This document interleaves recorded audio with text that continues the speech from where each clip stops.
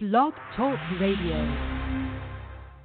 Welcome to another episode of DIVA CHATZ. Be sure to share, like, subscribe, and follow us on all common social media platforms. And visit our website at divachatz.life. Let's chat about it.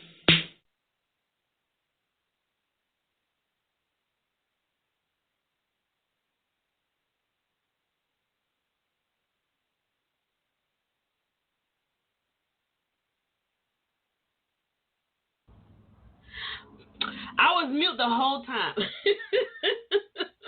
Thanks for letting me know. All right. Thank you guys so much for technical difficulties. Thank you guys so much for supporting the channel and being patient with me while I work through the whole shenanigans. But thank you again for listening to DIVA CHATZ. Tonight we don't have Sasha B on the line live, but she is listening. So Sasha, if you want to chime in into the discussion, just go ahead and press 1, and I'll go ahead and turn on your mic. House rules again. Be sure to subscribe to all to our YouTube channel. That's at DIVA CHATZ, DIVACHATZ. Well, I don't think it's at, but we're DIVA CHATZ on YouTube. You should be able to find us. Like, share, and subscribe. We do have all of our old shows on YouTube at this time, so you can listen to any old topic, any old subject that we talked about from however long ago we started this. Also, be sure to follow us on all social media platforms. That's at DIVA CHATZ, DIVACHATZ. And also, please be sure to visit our website. That's www.divachatz, DIVACHATZ.life. Perfect. So what are we talking about today?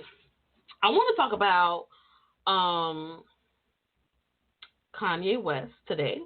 So not necessarily... Well, we're going to talk about him, but I really wanted to get into the topic of mental health today. There's a lot of different levels of stressors that we're experiencing all collectively right now that I feel like it needs to be addressed. We need to talk about it. I'm not an expert. I don't claim to be an expert. I wish I had an expert on the line today, but we don't. So we're just going to go off of the dome. And if I'm wrong, correct me. So we're also going to talk about, we're going to throw in a few other stuff in there too. I also want to talk about the whole, what's the girl name? Tamar, who attempted suicide. That's another mental health issue that I wanted to discuss as well. So, I mean, we're just going to go ahead and knock it out the park. So we can talk about what's really important at this time, according to how I see things. So let me just go ahead and start sharing all of this stuff first. Yeah, hold on.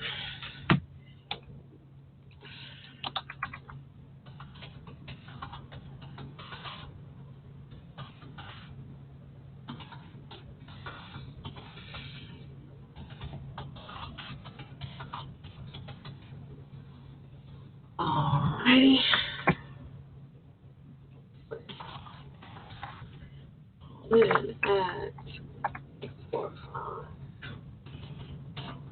Sorry guys, I should have done this before, but I came home and I decided that I was going to, I bought some little trinkets and little gadgets for my garden outside. So I was out in the garden right before I came in here into my office. So that's why I'm running late. And then I forgot to eat dinner. So I'm trying to eat dinner and do all the fun stuff and all that.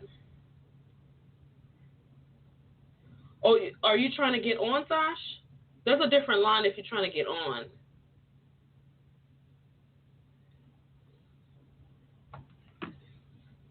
It's a co-host line if you're trying to get on.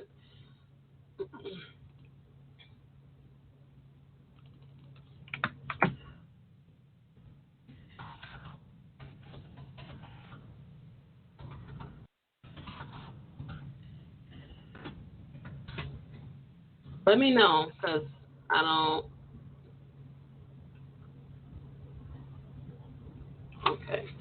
There's a different invite co-host. Well, hold on.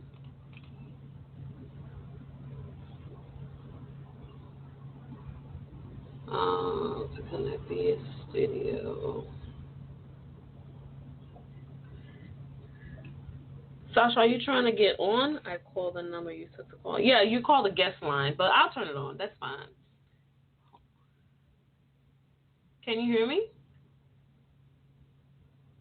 Your line is on. Can you hear me? All right, everybody. It's Sasha B on the line. Finally, we got her. I've been on the line. I'm like, what the hell? I know you've been on the line before I got on the line. Nobody's talking back to me.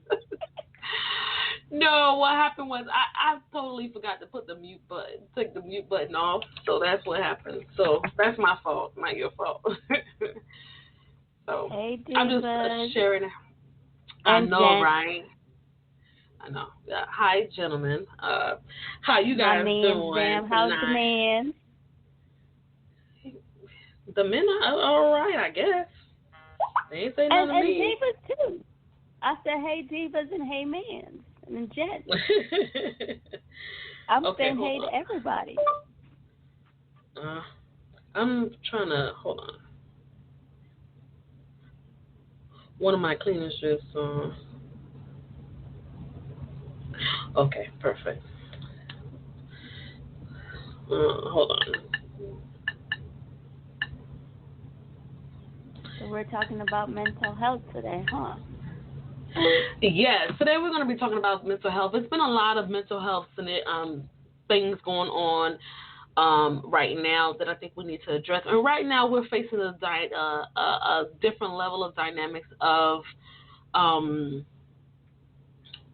mental health, stressors and stuff like that. So I just wanted to discuss the topic so that we can attack that. Hold on 1 second. What else am I doing? Hold on. What else am I doing? Okay, I know what I'm doing. Yeah, I'm taking too long, but whatever. I don't care.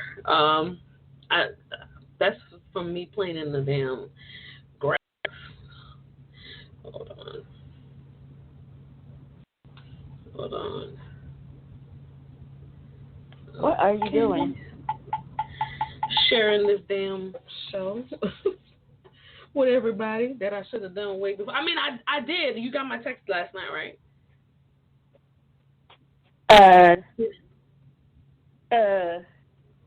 You didn't get my text last night? What text? The one that I just answered.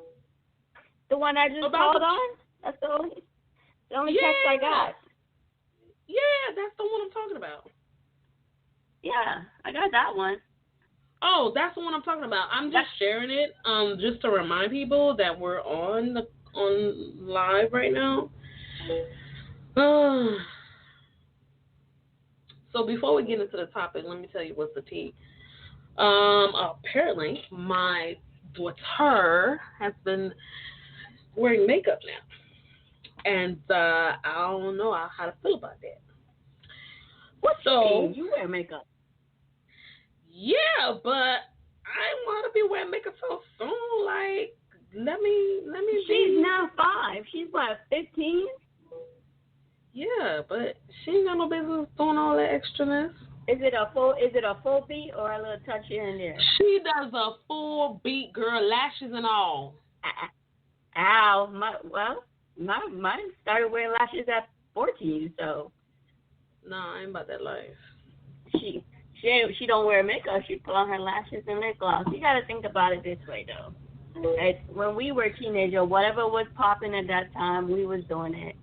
I mean, as long as you manage it in a more respectable way. I wasn't doing let her grow. Let her grow. Trust me. I don't want her to grow. That. No, she can't. Okay. She can't grow. She's supposed to remain my baby for as long as possible. She is. She's just going to be a grown baby. No. Who wants that? Yes. I don't want that. That's how life is. Girl, please. Encourage her in the different things she wants to try and do. Yeah, like don't make it seem like a bad thing. Just be like, okay, let's not overdo it, but I encourage that. Yeah, like take your face off. Huh? Take your face off. Take that whole beat off. All of it. But you beat. I've seen you beat, girl. I can beat, and I think that's what she's getting it from. So, I mean, what can I say? And it doesn't help that my sister is. How this all started is because, well, first of all, during this quarantine, she's been messing with my damn makeup. That's one. Two,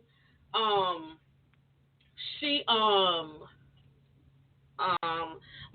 with my sister right now, and my sister is coming up with her own makeup line.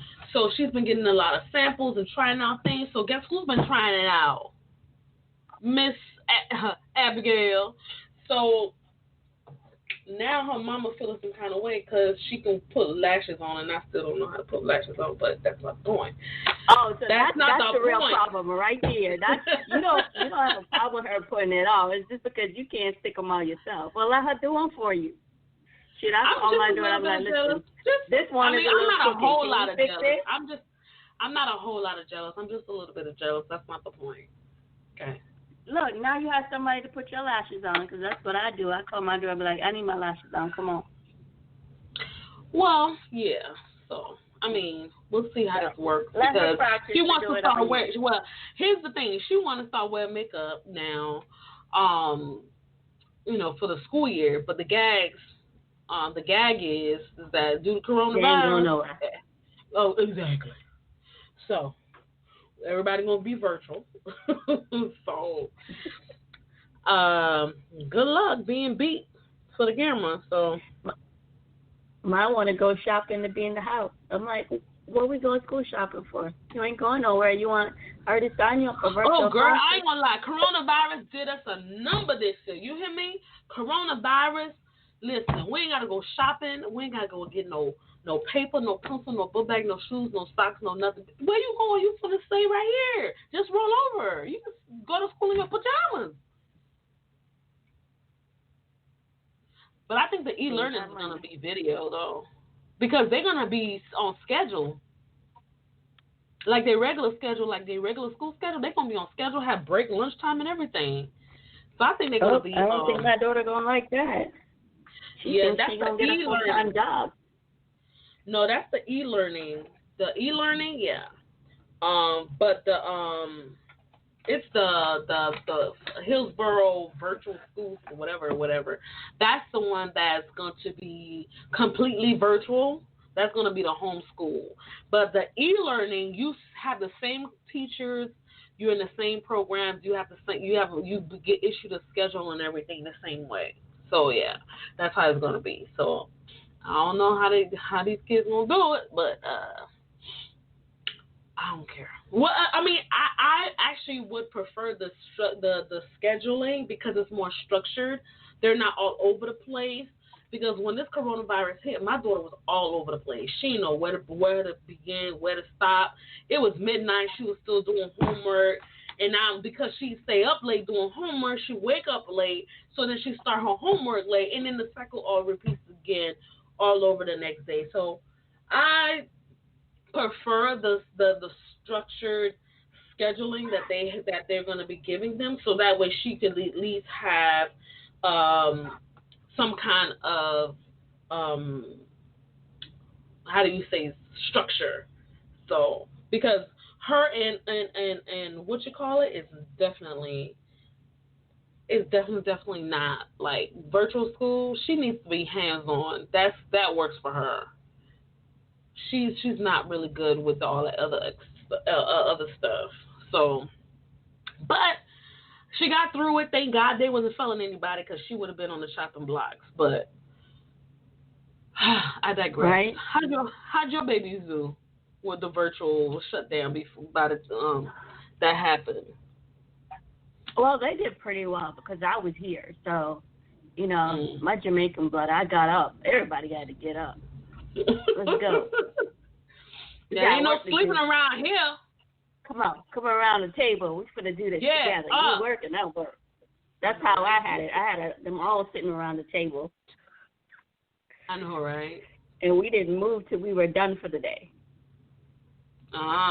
See? Well, we'll see. I mean, I was more stressed out because I was sick of them. I asking me questions I don't know. I was more stressed about her not being able to keep up. I just knew, because one, you have to understand, it's her first year in high school. So, and then she's not only in first year in high school, but she's also been, she's also in the engineering program.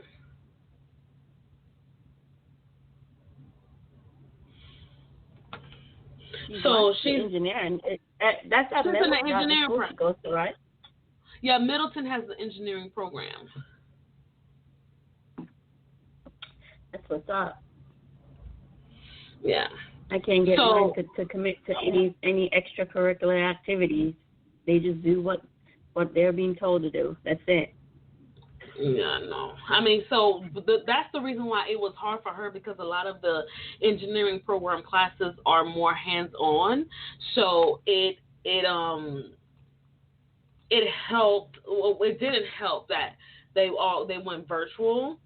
So I mean, who knows?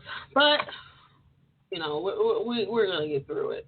But let's get into the topic of what's been going on with these crazy people. Kanye West, what's the other girl name? Tamar Braxton trying to commit suicide and all that fun stuff. Now, if everybody don't know, Kanye West has stated that he is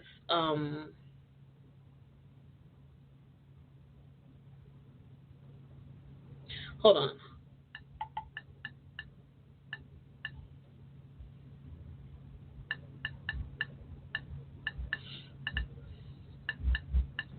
Sorry, girl. I should be a little bit more organized, but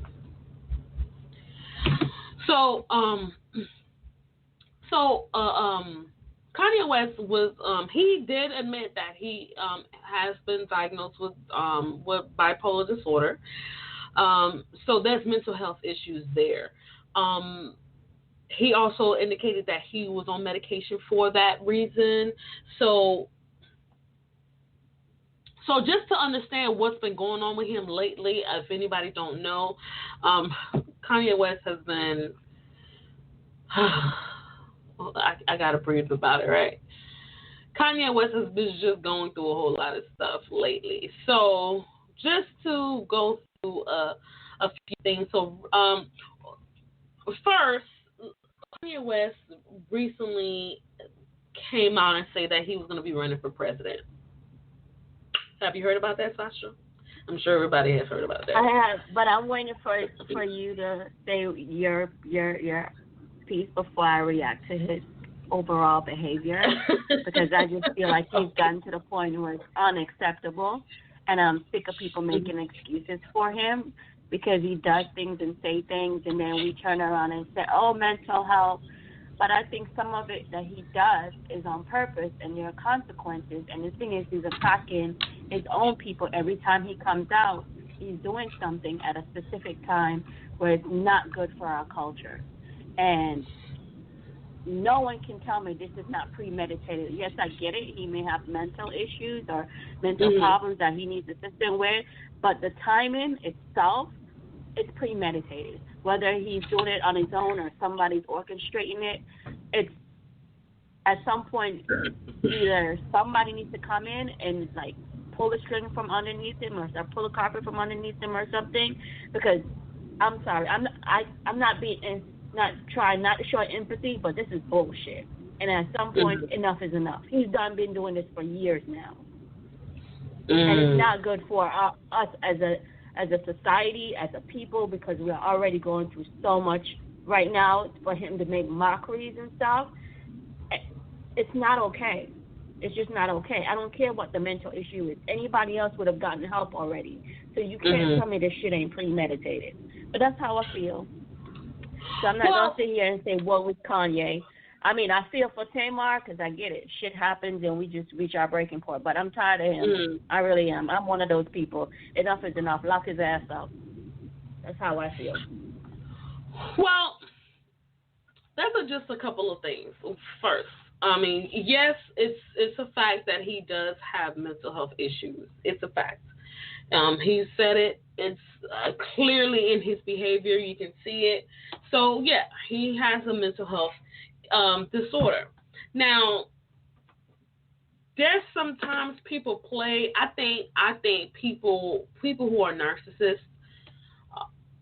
I believe I'm not a psychiatrist or whatever, so I'm not diagnosing him or anything. But I believe there's some sort of narcissistic, issues going on there too. So, but 9 times out of 10, people with narcissistic issues typically can manipulate situations. If you can see Donald Trump, although he's not been officially diagnosed, but we all know he's fucking crazy.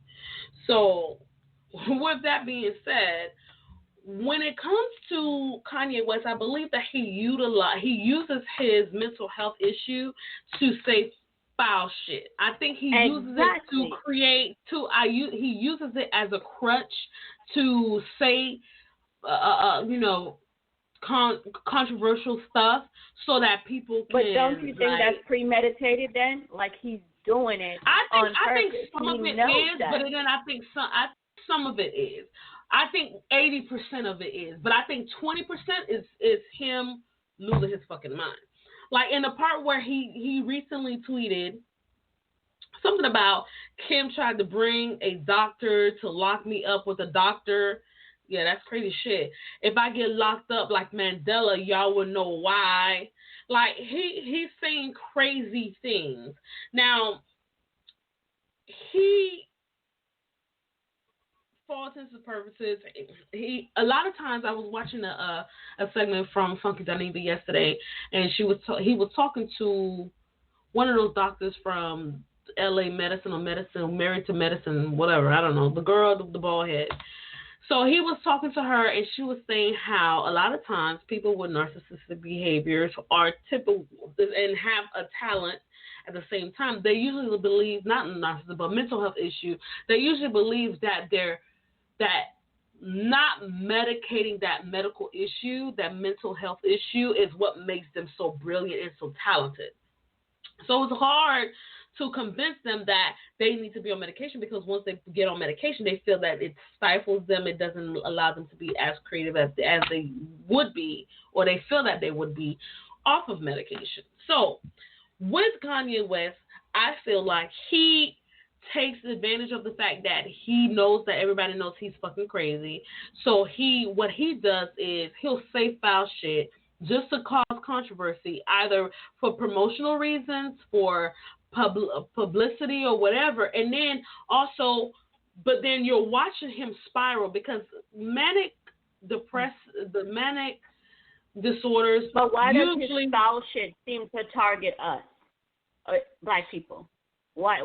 I mean, come on. I think your manic disorder. I think manic disorder. I think disorders, period, can usually is manipulated in what you know. So he knows black people, so he say those things, because, like, for example, when he recently said that what is it? Harriet Tubman didn't free slaves. Yeah, that she's a. What did he say? He said his exact words that she didn't free slaves. She just got him another job with white people.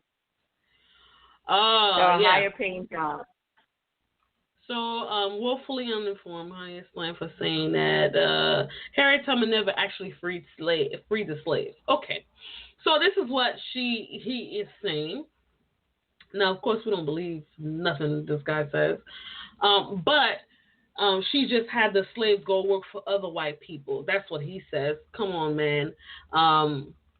So with Kanye West, at this point, you can clearly see that there's a disorder here, right? You can clearly see that there's an issue going on mentally. Now, I don't know what may have sparked this, especially coming from, I think what triggered it, either he said the whole president thing and people came at him, because usually manic disorders are kind of, if it's not due to medication being imbalanced, it's 9 times out of 10, it's some type of trigger that triggers a manic episode. So, with that being said, he either said what he said about running for presidency, and then a lot of people came at him like, bro, you tripping, like, you crazy, ain't nobody gonna try to vote for you, you trying to, like, people came at him foul, and I don't know if that stressor triggered him, and that's what caused him to go off the tangent and just spiraling down at this point. So, hold on. So, with that being said, he definitely needs medication. He definitely needs it. But this is where it comes into people who really love you, people who are really in your corner. Will they be honest with you? Like, if you're really in my corner, you're going to tell me the truth, right? And this is why I call all of this situation bullshit. Because this is not a behavior that just automatically pop up. This is a behavior that goes on all the time. So I feel like they let him loose on certain situations. You know what I mean? Because how does somebody pretty much be good for a few months and all of a sudden he just pops up and start doing dumb shit like that?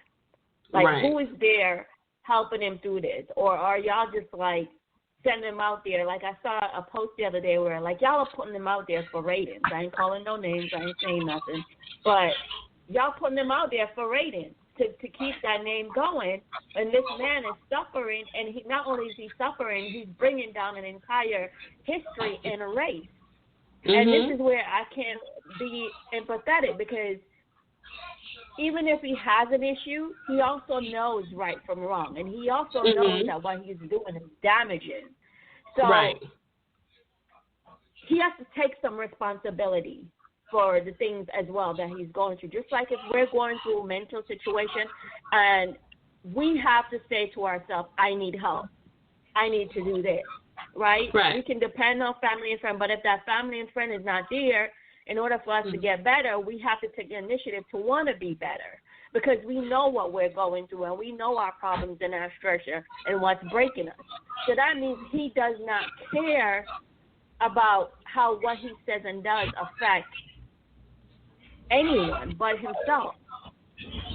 So but here's what I think. That's supposed to be there and help him is encouraging this behavior. They're not all these friends and bullshit celebrities or whoever got his back. Where are they? Where are they? That's how I feel. Like, I blame everybody. But here's what I think. I think that it's hard to convince a crazy person that they're crazy. So it's hard to convince them that they need to be on medication. It's hard to convince somebody that is mentally ill that they're really mentally ill. That's if you can convince somebody that you're halfway down, across the battlefield. If you can convince somebody that they're actually, not right in the head, because it typically doesn't happen like that.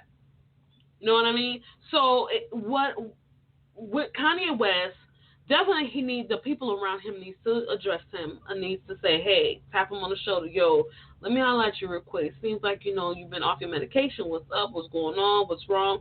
His wife, let's not even go into that because I don't want to say it, but his wife also, too, if you really love the man, you won't let him go off and people, like, as a wife, you're supposed to protect. You're supposed to protect your mate. You're supposed to cover him. So if he's going off tangent and if he's saying something that he ain't got no business saying, then that's where you have to come in and as a husband, as a wife, and address him, be like, yo, I don't think you should be saying this, or I don't think you should be, talking like this, or whatever.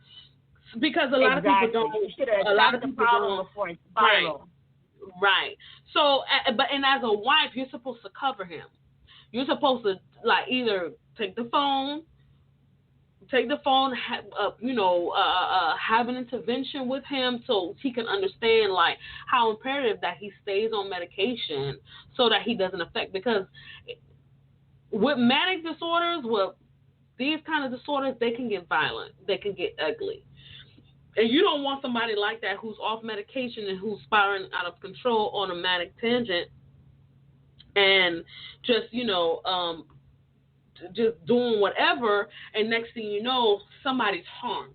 I've witnessed this before. But these are the situations where you can now get him the help he needs. If you feel like he's a danger to himself and others as his wife, if you truly love him, right? Nobody wants to see their husband locked up or get, put away or whatever. But if I feel like he's now a danger, not only to myself, but to himself, and you have children with him, I'm going to do everything in my power to make sure he gets the help that he needs. That means even if I have to do that shit without his permission, I'm doing it. Because his best interest and his best health is number one priority. I'm going to be here when he goes through this.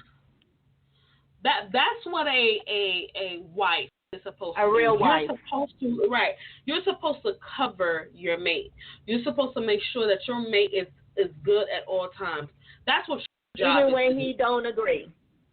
Even when he doesn't agree. That's your job. Your job is to cover him.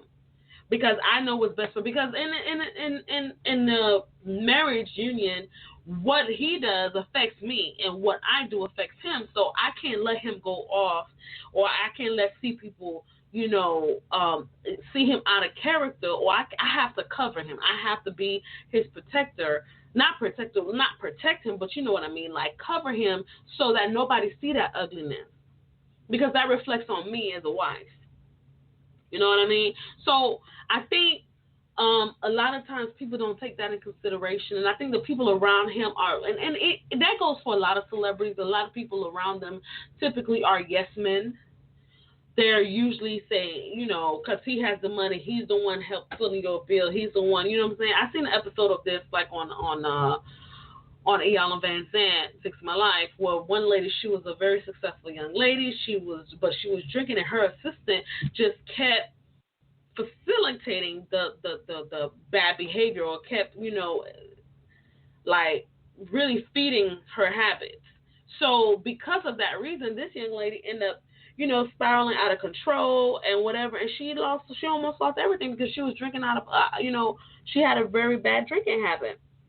So once the people around him start really like caring enough, not for the pockets, but caring enough for the man, for the person. I think he lost all the people. That he pushed away everybody that cared about him and started bringing in these false facade of people around him in order to look a certain way and behave a certain way.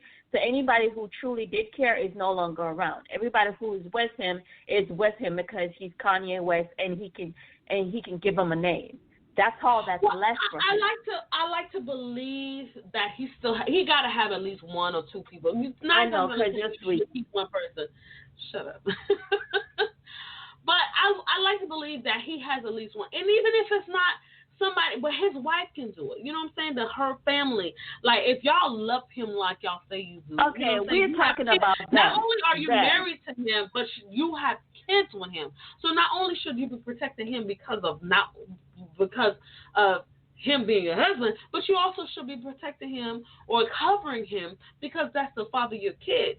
Because again, but look at their reputation. Look at the reputation they have created. That's why I said we're not going to that part. They don't give a damn about none of these men that they are with or married to. I'm sorry, I don't know their personal life, but whatever you put out there, that's what I'm gonna go by. And they have not shown 1 ounce of empathy for any of these men that has been with. Just like the one who got her face done, who looked like a complete different woman. When that damn basketball player was on drugs, she sat there and let him spiral out of control and lose his career. They don't care.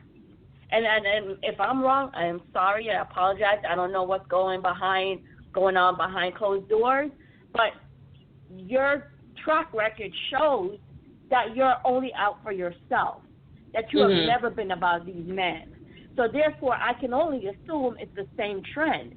You don't give a shit what Kanye does, or if Kanye is a narcissist or a spiral out of control, because at the end of the day, is good for you and it keeps your name in the blogs, whether it's positive or negative, they're still cashing out. And that's their behavior they have exhibited for years now. So why would it change now? Right, and I understand. Right, I get it. I'm not saying that you're right.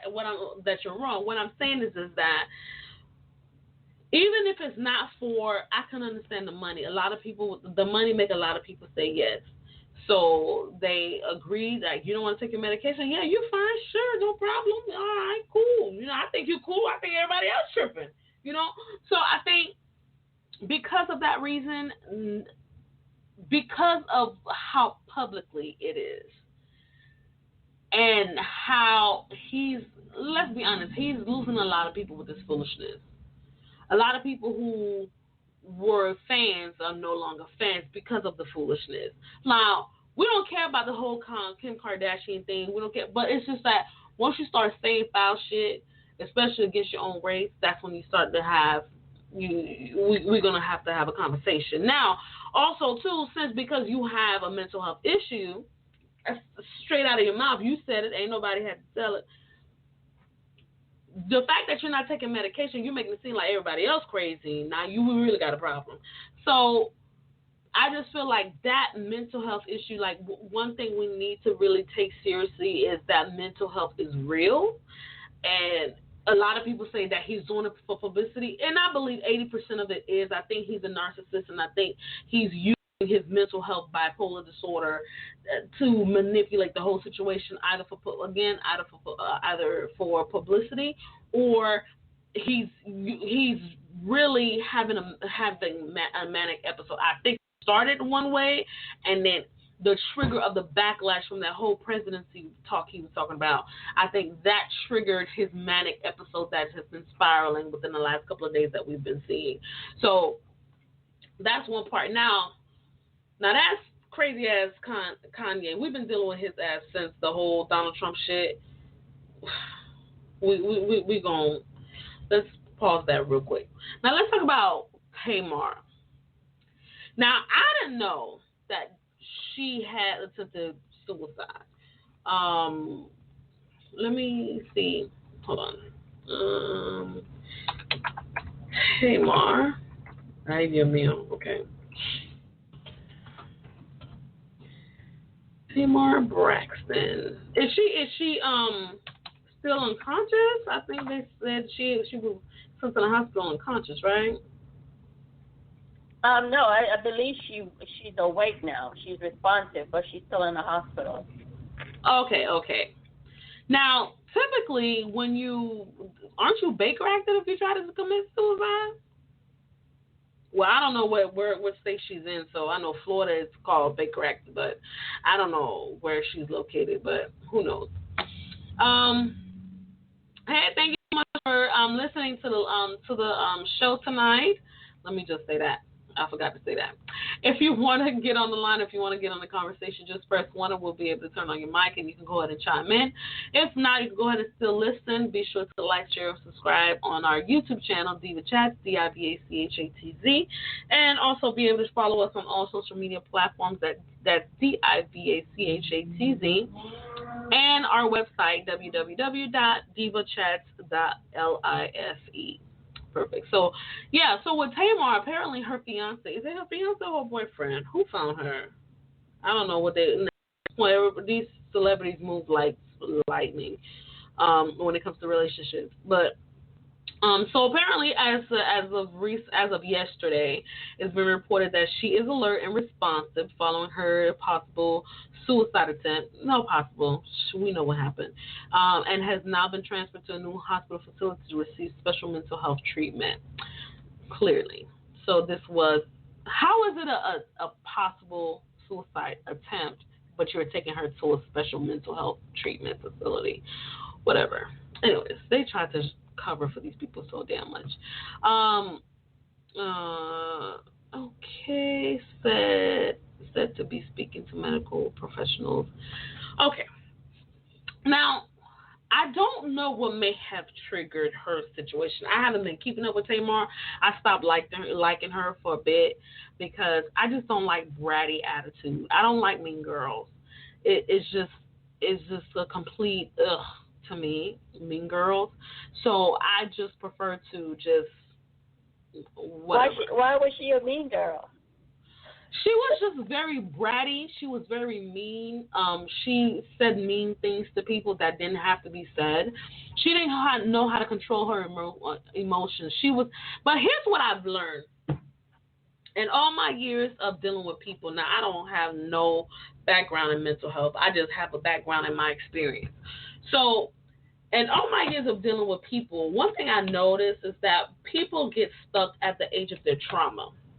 So if for example, so if you was traumatized or if your early episode of trauma, occurred at the age of 5 and you never deal with that trauma, you're going to be stuck at that mental age of where that trauma happened until you get help to get out of that situation. So it was brought to my attention because I started to notice that Tamar is really bratty. She acts like a 5-year-old. She throws tantrum when she don't get her way. If people don't want to act her way, like do what she want to do, she just cause a fit and start, doing all this chaos and stuff. And I'm like, that's a whole 5-year-old tantrum. And what it appears is, it's been recently said that it's been reported that she was sexually abused when she was younger. And I was like, I knew it. I knew it because there had to be a reason for somebody to be so mean. People are not born mean. We're not mean people. Some people are assholes, but that's not the point. But I just feel like some people, hold on, my cleaner. I just feel like some people just, due to experiences, pick up a defense mechanism that, for whatever reason, they feel like they have to be mean to protect themselves. So I think that's her defense mechanism, is by being mean. Like if she's nasty and catty and just like put offish and rude, people don't want to deal with her, so you don't come into her space to hurt her. I think that's what that is. I think once she becomes that, because she's the baby. And I think, I remember there was an episode where she had said to somebody like, y'all left me or something like that. Either they left her in the state of where she was being traumatized, abused, or whatever. I don't know. But Tamar clearly has some trauma that she never dealt with. Either she never come to terms with it. I think the mom and the mom never came to terms with it. But she's the cover-up. She covers up the mess that they create.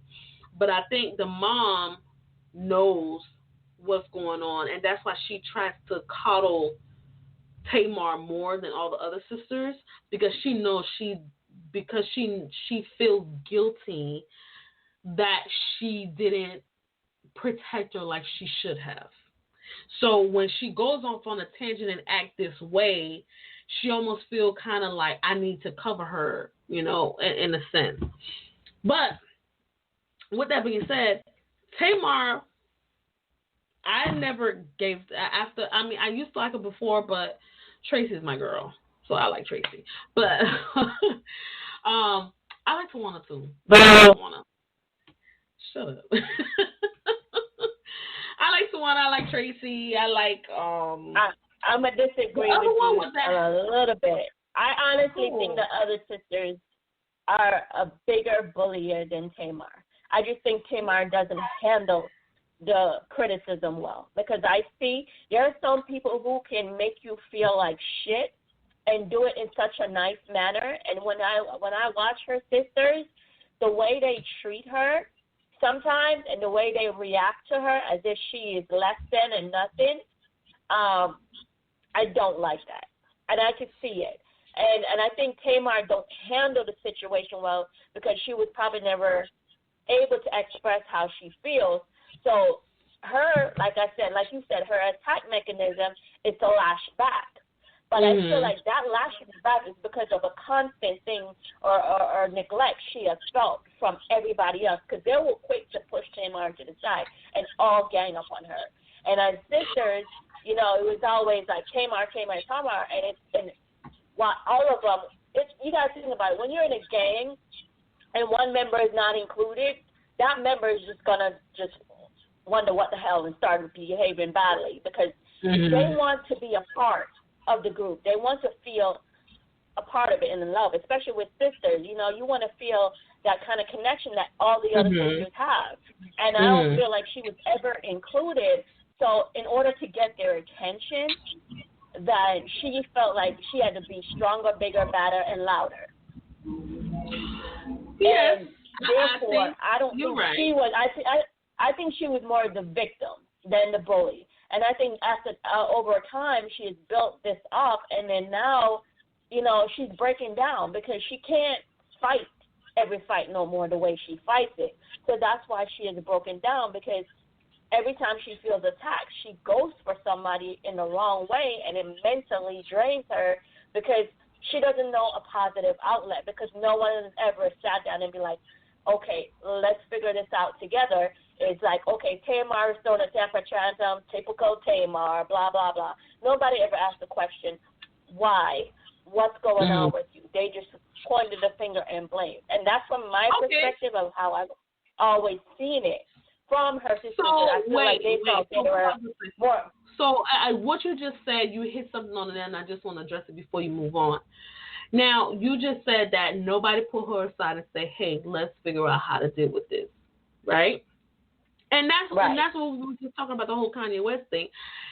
The people around them, well, first let's attack one major thing in the black community. We don't understand mental health, period.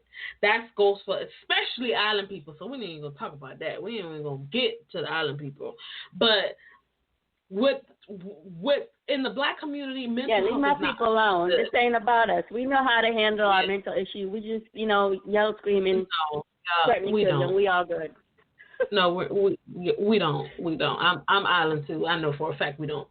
So with the black community, we have an issue of understanding mental health. So when we do see somebody reacting or acting out in certain fashion, or having some type of behavior that's not appropriate, I would say, or that's not conducive to the situation, like, okay, like we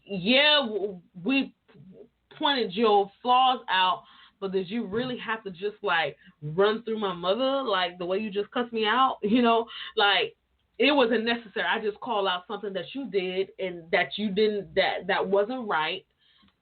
So this is what's going on. I mean, I know she's going through a lot of stuff with her divorce with Vincent right now. I think he's not paying child support or something like that. And I think she's going through a bankruptcy. All this foolishness is going on. But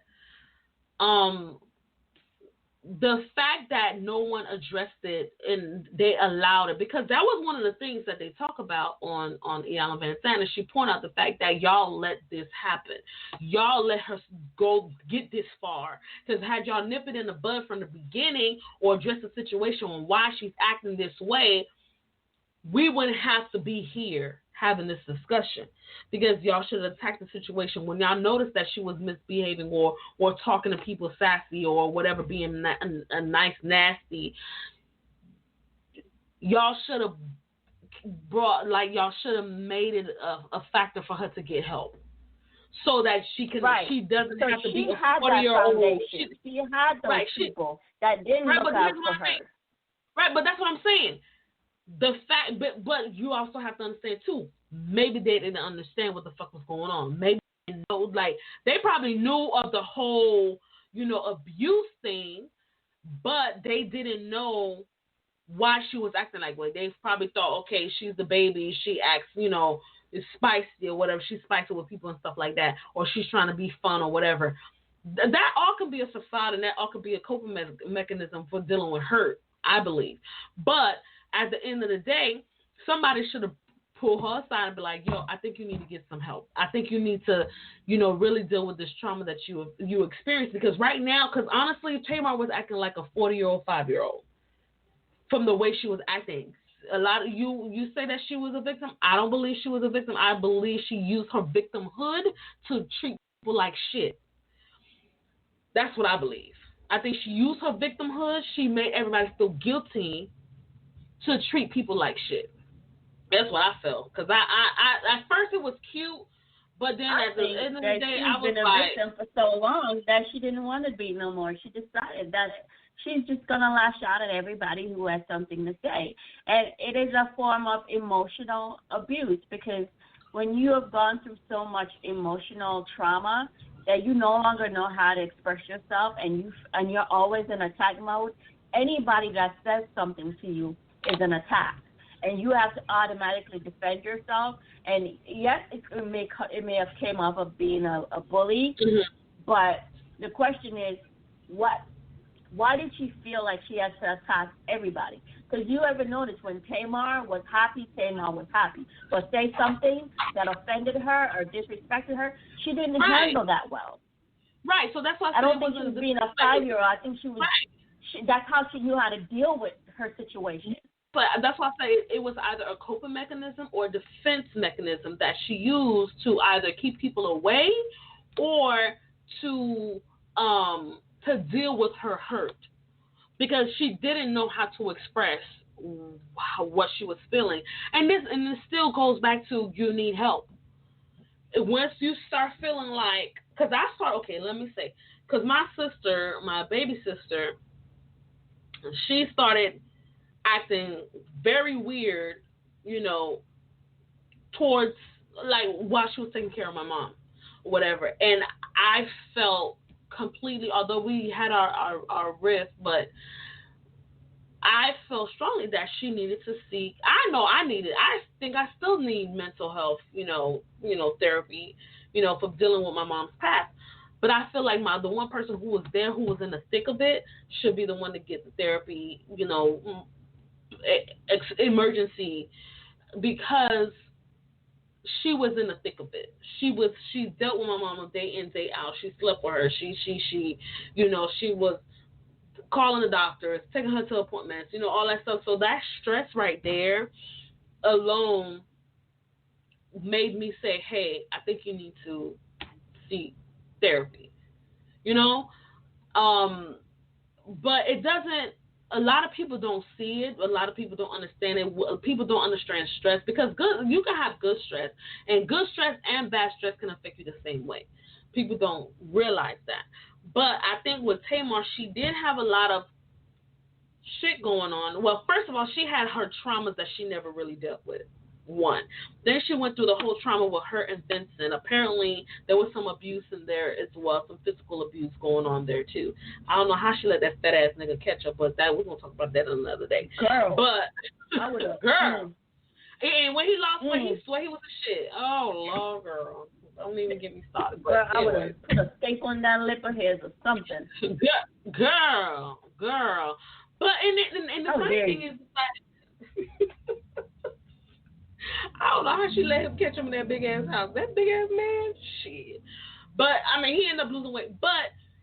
And come to find out he was having an affair and all that shit. I don't know how, but money is makes it a strange thing, girl.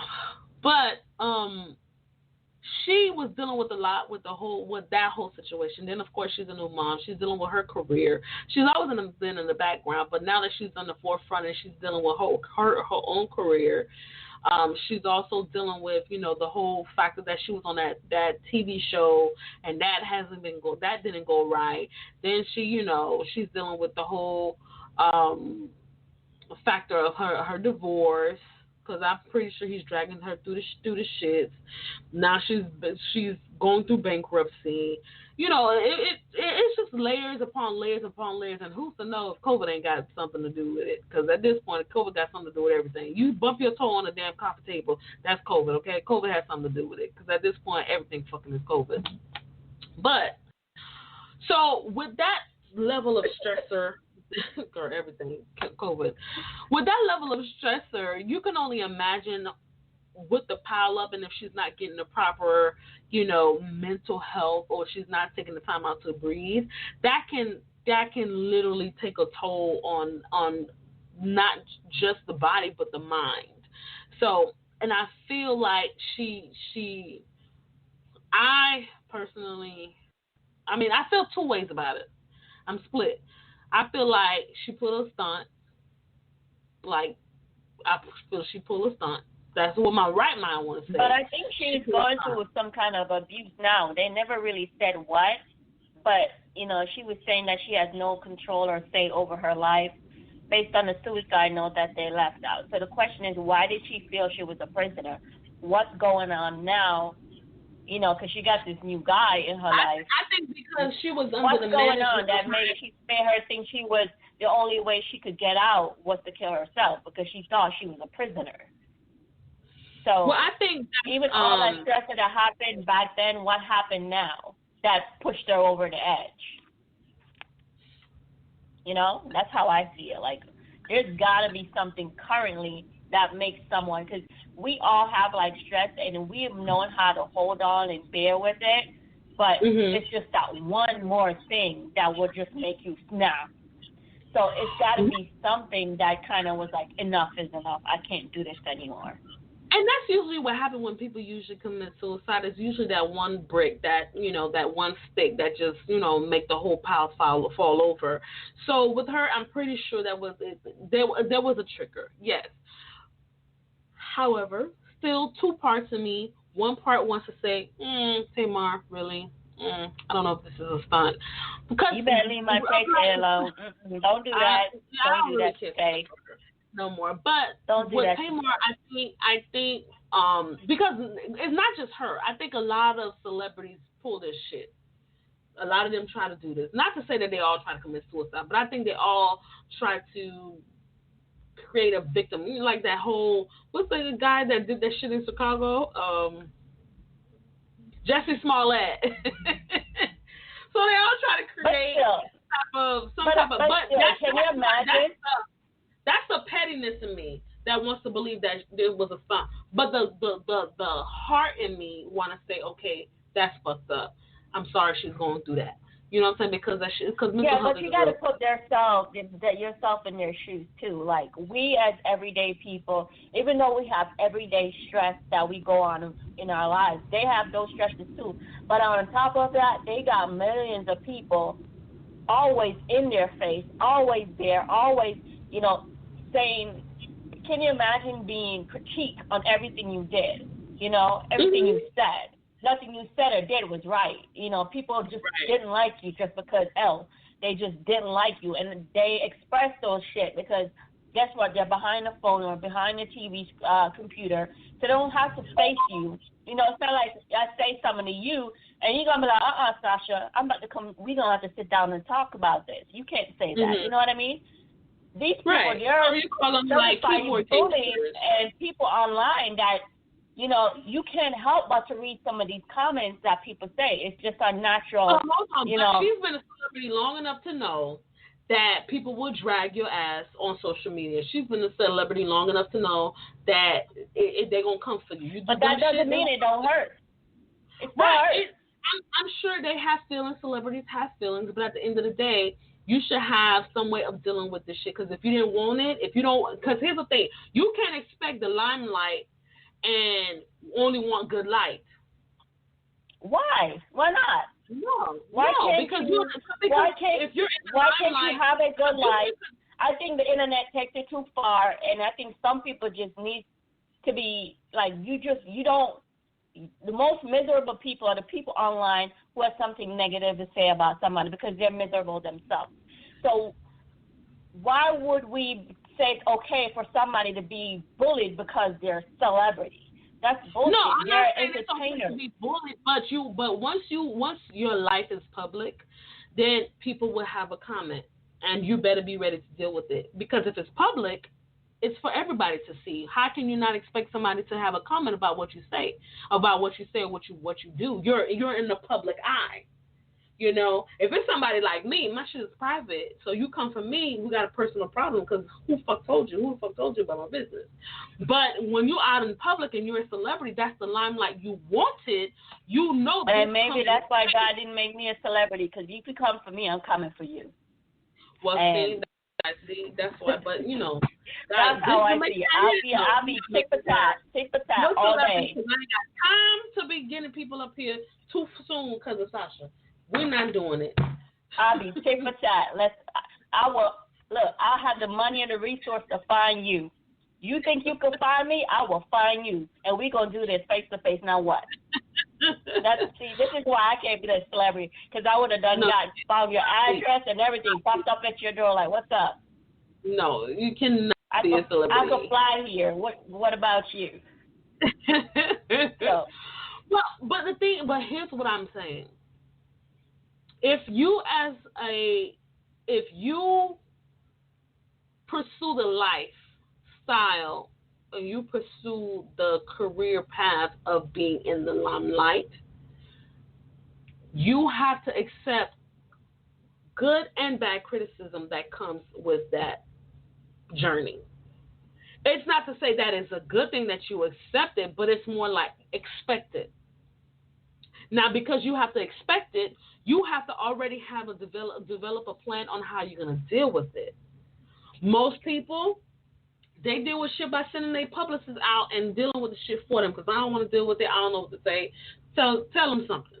So most people pay. That's what you pay publicists for.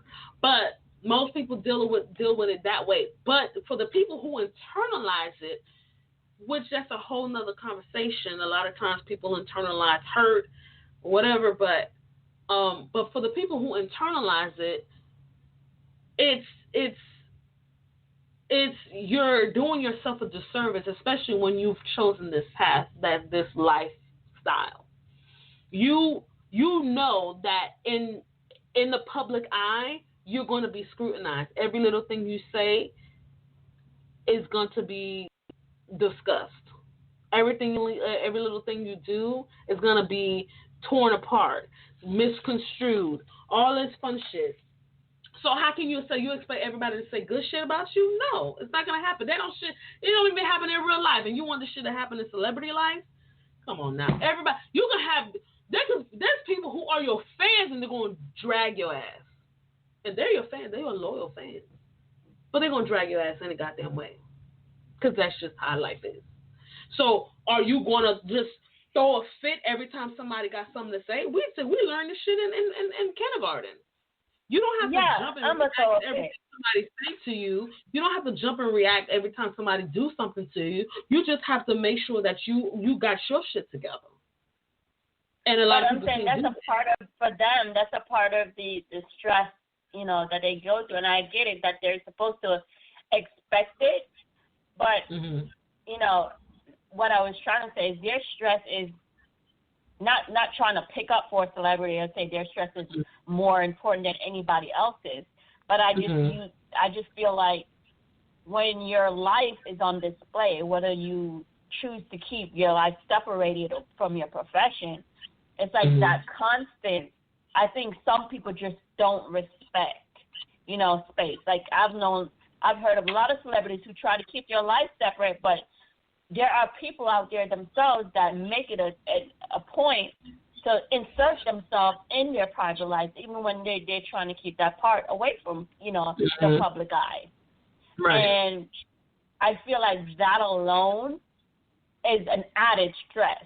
Like you said, there's good stress and there's bad stress. And even though that might be something they like the attention, but sometimes that alone can just tip you over the edge.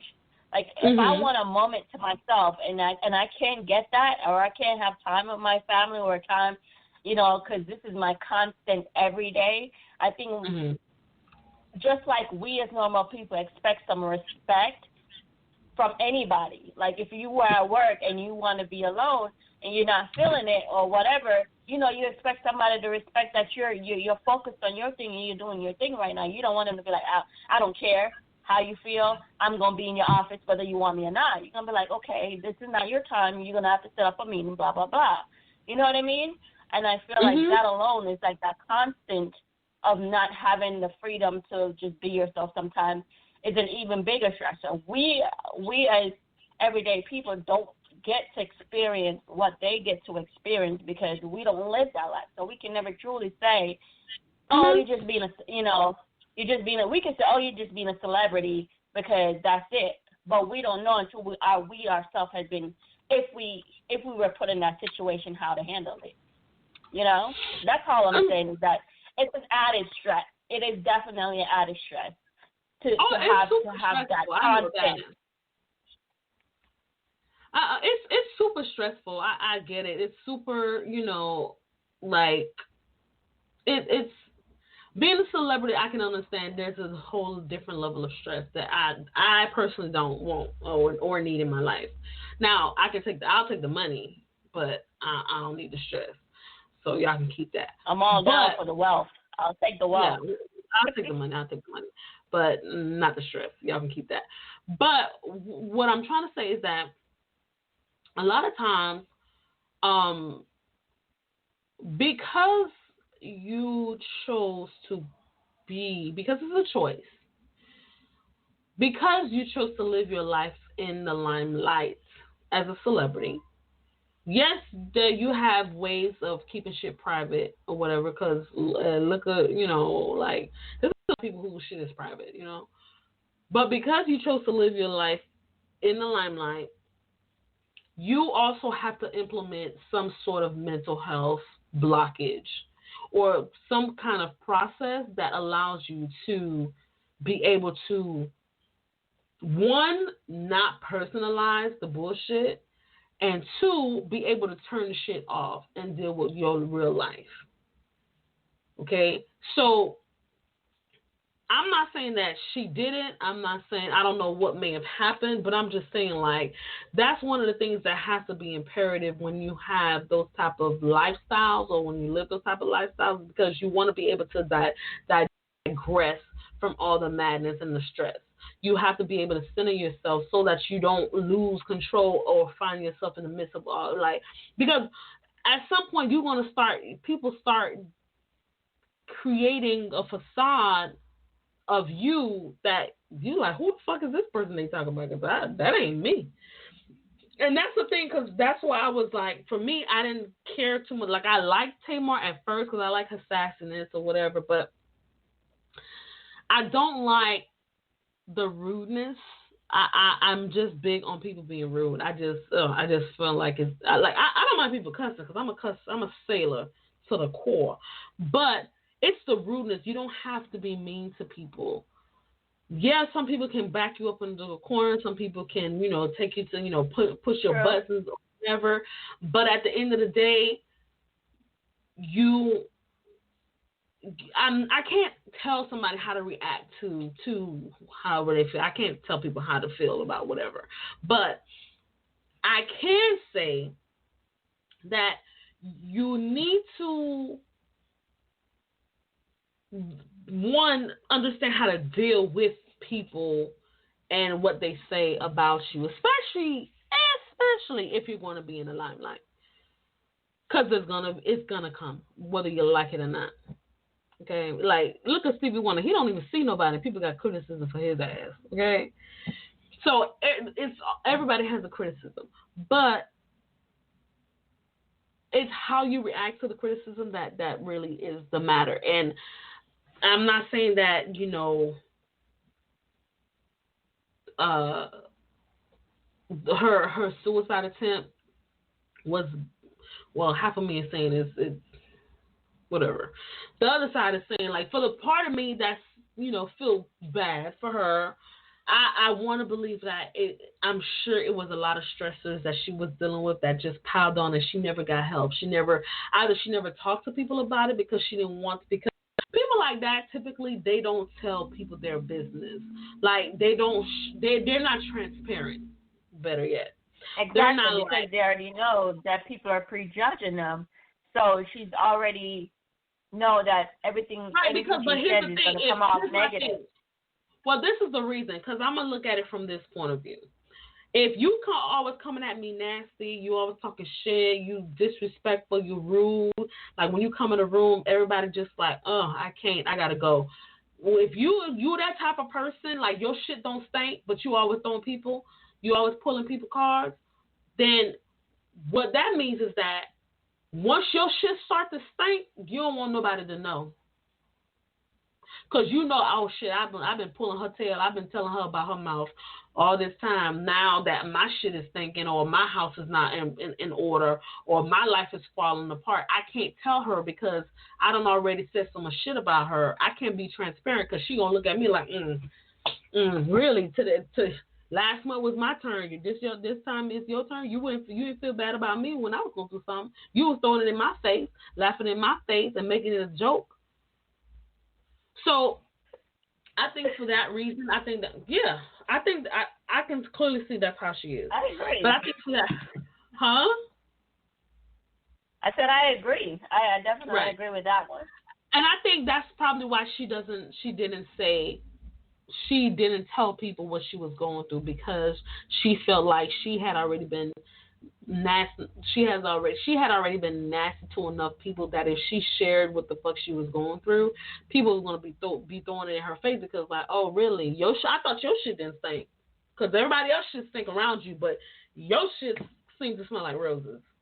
So, I think if that really was why she wasn't transparent or wasn't able to open up to people and tell them what she was going through, then that goes to show you that it pays to that shitty behavior is gonna catch up with you, because one day you're gonna look up and you're not gonna have anybody in your corner. You don't fuck so many people over, like, because I've seen the episodes where she put her sister's business out there that they didn't want to be said. She'll say something to somebody that really like, people be like, well, why the fuck you had to say that? Like, why you had to, like, I see how she's treated Tracy and shit like that. So I'm like, oh, why you're such a bitch? That's because you like Tracy Charles. No. Not only Tracy, even the other ones. I don't even care for, because the only person she wouldn't try like that was Tony. She wouldn't try Tony. She wouldn't try Tony. But the other one, she's treated like shit.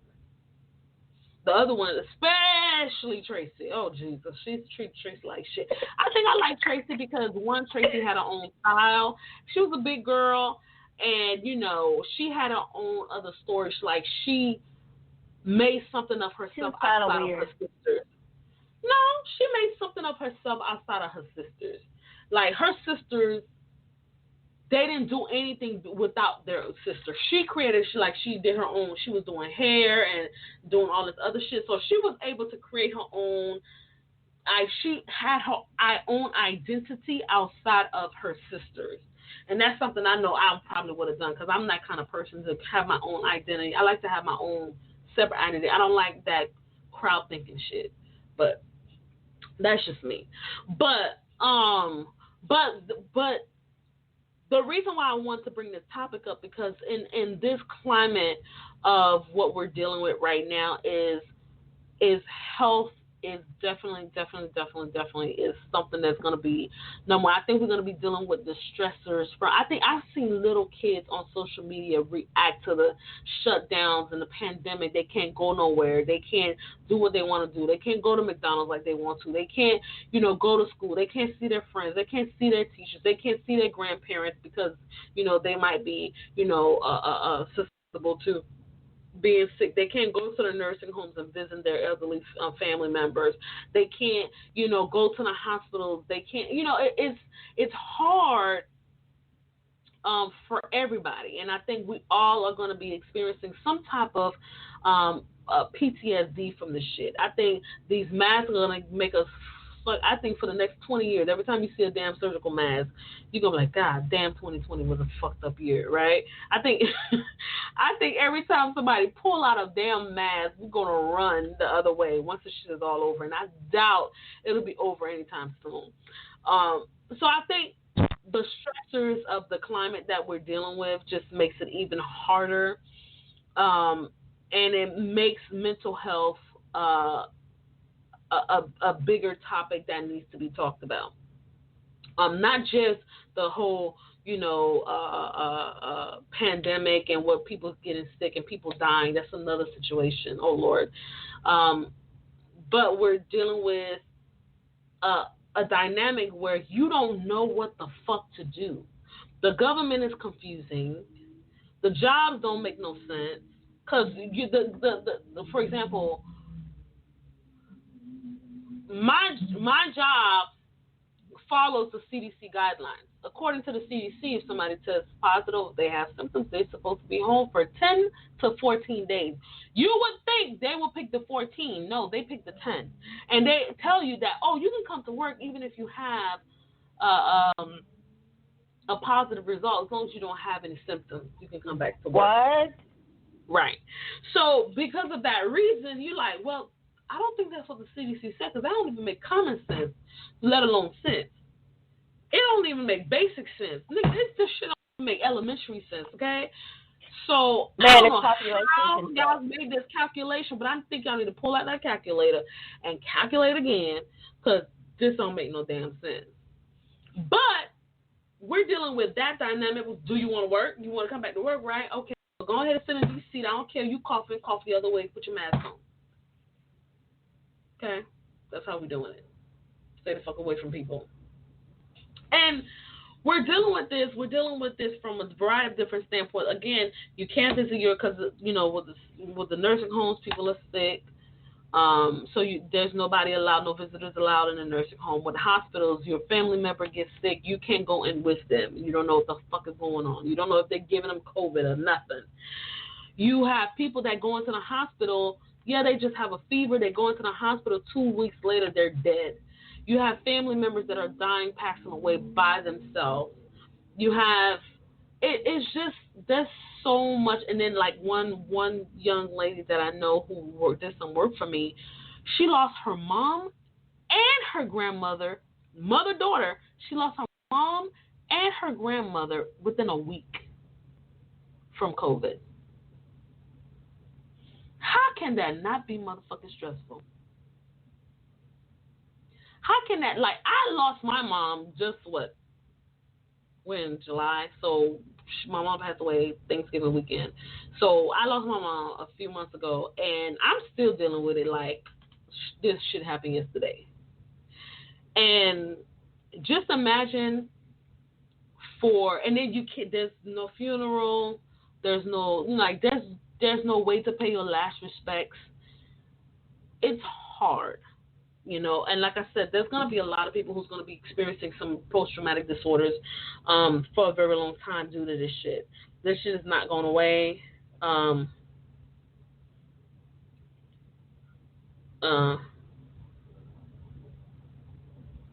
Let's not forget, on top of a pure freaking disease out there, people are getting killed. They're getting hanged, and it's being called suicide. Police officers are shooting people left and right. It's just people around here just doing dumb shit. I mean, and then you have the protest. Right, you have the protest. People are not working. You got kids at home with the parents, and they losing their fucking mind because these kids are eating food like it's going out of style. Everybody getting fat because we ain't going nowhere. Everybody working from home. That's one. And then not me. No. Well, I'm getting fat. I don't get to work from home. No. My job said I got to show support and show up. Huh? You did for a little bit, right? Didn't you? We did for a little bit, but for me, when I took my particular job, I had the option of working from home. But now that there's a whole COVID, they want us to show support to our facility. So I got to show up every day, and I have sinuses and asthma and all this bullshit. So I'm coughing and sneezing every time. And it's like, I don't want to be here. I don't have to be here. If I wanted to be a nurse, I would have been a nurse. I know every time you cough, somebody turn around. You straight? You good?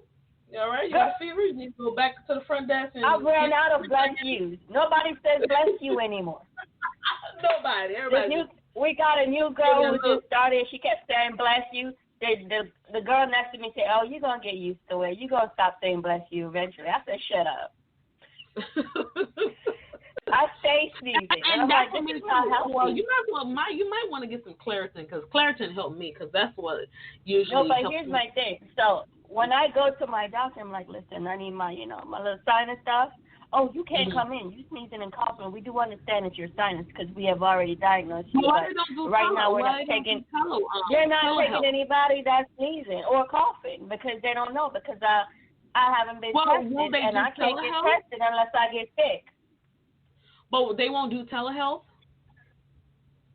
No. They won't do telehealth. Nope. Because they need to come in and figure out exactly. Because they only, at the time, remember, the time I started going to the doctor, because for the longest time, I'm like, I'm good. I'm not sick. So when I finally, I hate the doctor. I hate the doctor. So when I finally decided to go figure out what was wrong with me, I don't like them. Yeah, I remember we had to fight just for you to go to them. I remember. I drink a cup of tea, and I'll be just fine. So the time I got there, they were doing all my tests to find out exactly what I was allergic to.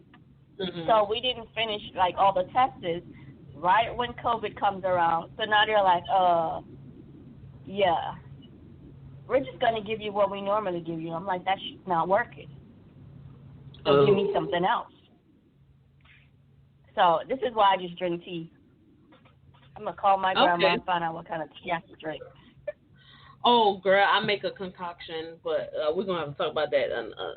But I make my little Haitian concoction every 2 weeks. I make a concoction. I keep it in a big old, pot because I make a whole lot of it, and me and my husband drink it since we're in and out of the house. We're going to work, and I'm doing 50,000 things. But I boil like rosemary, thyme, mint, ginger. I grate some ginger. I put lemon, lime,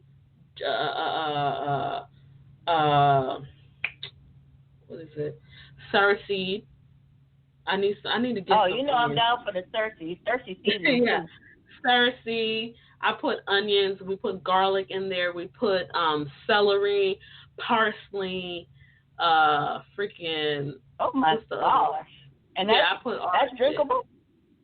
Yeah, I put all of that stuff in there. You're trying to cleanse the soul. That's not just the body. That's the soul. If you drink that thing, you got something else left with you. I can't help it. Damn it! I kill the whole body with that. So I follow the spirit. You follow the whole spirit, man. Listen, I make sure I don't miss nothing. So I put that. I put onions. I put cloves in there. I put here's what I did. I went to Walmart. You know that herb section when you go in the produce section, the little carton where you find the mint and stuff like that? I took all that shit off that damn rack. I took everything. I bought 2 of all of them that was up there. And I put it in there. So I just take the whole bunch and put it in there. Thyme, all that. I just boil it all together. Just put it with cerseed. I put all that in there. And I let it boil, come to a boil. It's almost like I was making a soup. I put it all with the leaves, and then ever so often we just get a cup of it, heat it up in the microwave, and drink. And that's what's been. I mean, I've been experiencing some headaches or whatever, and I've been around, literally been in close contact with people with COVID, and I have not. I just recently tested. I know. I got this morning that I'm negative, so I don't know how I didn't get it, baby. But Lord knows. I should have got it. To the point where I'm like, this got to be wrong, right? But because I've been in close contact with people who masked off and days later tested positive. So, yeah. So I'm going to have to do a drive-by. I need me a nice little container of that, super tea that you made, because you know how I'm about my tea. So I can drink it on a regular basis. I'm going to make some more this weekend. So... That's that. Don't tell me to make it, because I ain't going to remember on none of that stuff. I'll just come to you and get it. Because we friends and you love me. Oh, yeah, I'll tell you when you come and get it. I'll be bringing some to work for my supervisor and my coworkers or whatever, because I just feel like we all just need to be protected. And I also drink, what is it called? Liposomal vitamin C, which is a better form of vitamin C that you can have, and I haven't had any issues besides my little headaches, but I don't know what that's about.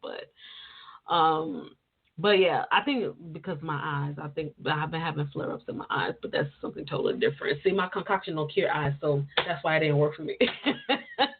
But let's go back to this damn mental health issue. Now, with this mental health, yes, a lot of people are experiencing a lot of things, and I think we're going to be feeling the aftermath of COVID, not up until it's done. I think we're going to be experiencing, because look at all these people who's passed away. And not only that, but there are a lot of people who, because of COVID, they are now experiencing new ailments. Like with the kids, I believe they're developing new autoimmune disease that they're having due to what happened with COVID. So we're going to be feeling the aftermath of 2020 for the next 2020. So for that reason, I think we need to start addressing mental health, because I think that's going to be the cause of a lot of people spiraling manically, depression, people who can't leave their house, people who lost family members and didn't have the chance to say the last goodbye, people who, witnessed family members passing away in their house, people who, who lost their jobs, who can't go, who's losing their house, who's losing, their cars, their livelihood, who now are homeless. Because remember, we only got the stimulus check, in April? Was it April we got it? Yeah, we got it. Which barely right, took care of anything. $100, right. But then again, and also, not only that, look, it's a fight for them to give it to us again. You know what I'm saying? Like, we don't deserve it. Like, bitch, we work hard for this shit. That's our fucking tax money. Well, how the fuck you got it? That's our tax money. That's how I see it, too. Right. It's our tax money. The funny thing is, how the hell does the government have time to take a vacation every month in the middle of a fucking epidemic? I'm sorry, but they've been on vacation. I don't watch the news, so when I start watching it, it's a problem. Well, and there hasn't been a holiday that's been gone about 7 days. It's right. People are dying in the world. You're not allowed to take vacation until we fix this shit. Right. And I do watch the news. I do, I follow it, like whatever. I try to keep up. Lately, it's just been like my brain just wants to be shut the fuck off. So I try to digress from it, as much as I can, so that I don't bombard myself with too much things that. Over for you then. Huh? I said, so I just took over for you then, because I can't stop watching it now. If I'm not watching, I'm reading about it. Yeah, I don't need to watch it. I just feel like it's enough. Like I sometimes I just feel like, okay, it's enough. I can't. It's just too much for me. I think a lot of people are just looking for a resolution. Like for me, I'm like, do something progressive. Say something that is worthwhile saying. So we keep coming back, waiting for our government to say, okay. Like, look at the governor of Florida. Like, we're in Florida. What the hell? What is wrong with this man? Like, he completely refused to acknowledge that Florida is out of control. Completely. The whole state just needs to be shut down again. Like, we and are this is what I'm saying, because the health professionals, this is what I'm saying, health professionals are saying one thing. We're seeing the statistics. We know we're not fucking crazy. We can add 1 + 1 is 2, but the governors and the government is saying something totally different. So we're sitting there like, wait, what? So am I crazy or am I crazy? Because apparently nobody's making sense. This shit don't make no sense, right? Like, how is it that we're experiencing this foolishness and everybody got something different to say? It's never right. It's never on topic, and it never makes sense. Like, right? Am I tripping, or who the fuck is tripping? Because I know I ain't crazy, right? Because you want to believe, like, how you tell me that it's a pandemic, we can go to the beach, right? How you tell me? Here's my thing, and people are. People are really doing it, and that's one thing that upsets me because even the other day when I came to work on Monday, and one of my coworkers, he's actually a supervisor, and he was like, "Oh yeah, we spent the weekend on the beach. Everybody was like doing the social distancing. It was great." And I'm like, "You fucker! I'm staying home every day trying to protect myself and my family, and you out here chilling on the beach, and I have to come here. I'm forced to come here. So why me? How is me staying home doing any good when you're out there and then come here and spread it for everybody else?" Mm-hmm. So what I'm doing it negates anything because me staying home does not help because you're out there. I'm forced to work because I need my job and I need my income, But here I am trying to protect my family, but I'm around you all the damn time because you chilling on the beach with your people, drinking and shit. Now we both know not everybody's social distancing on the beach. Come on now. We know that. As much as like they as much as people want us to believe that they are, we know that they're not. Yeah. So right. So my thing is like, okay, so how is the government is telling us one thing, but with our eyes we're seeing something totally fucking different. Like the government is telling everything is cool, everything like. Do you know that like there was a lot of protests going on? Like, didn't everybody notice? There was some protests in every state in this country. 50 states. You mean to tell me that everything's still kosher? We still good. Everybody, we good, right? Okay. You mean to tell me all these white folks that was protesting on the shutdown and stuff like that? You mean to tell me they didn't have all that? And then a lot of people don't not wear masks. That's another situation. They just feel like because they retarded ass president, privilege. Right? It's talking about you don't have to wear masks. I'm gonna wear masks when I want to, if I want to. They feel like they can do that shit too. But when they start off dying, it's a couple of things going on. People are thinking it's a hoax, so that's another thing. There's a lot of people losing their fucking mind because they think it's a conspiracy and they're trying to figure it out. They're thinking it's a 5G towers. They're thinking it's this. They're thinking it's that. Listen, I don't know what the fuck it is, but I know it's what real. Does any of that matter? We're still dying. I don't give a fuck what it is. That's what I'm saying. Like, I don't know what the source is, but at this point, we're in the thick of it. We need to figure out how we gonna. Like, I feel like for us to really get out of it, or at least see some headway, I think we need to shut down again. Completely shut down again for a good 30 days or even if it's 14 days. Everybody stay your ass inside for 14 days. Buy enough toilet paper, buy enough water, juice, water, whatever the fuck.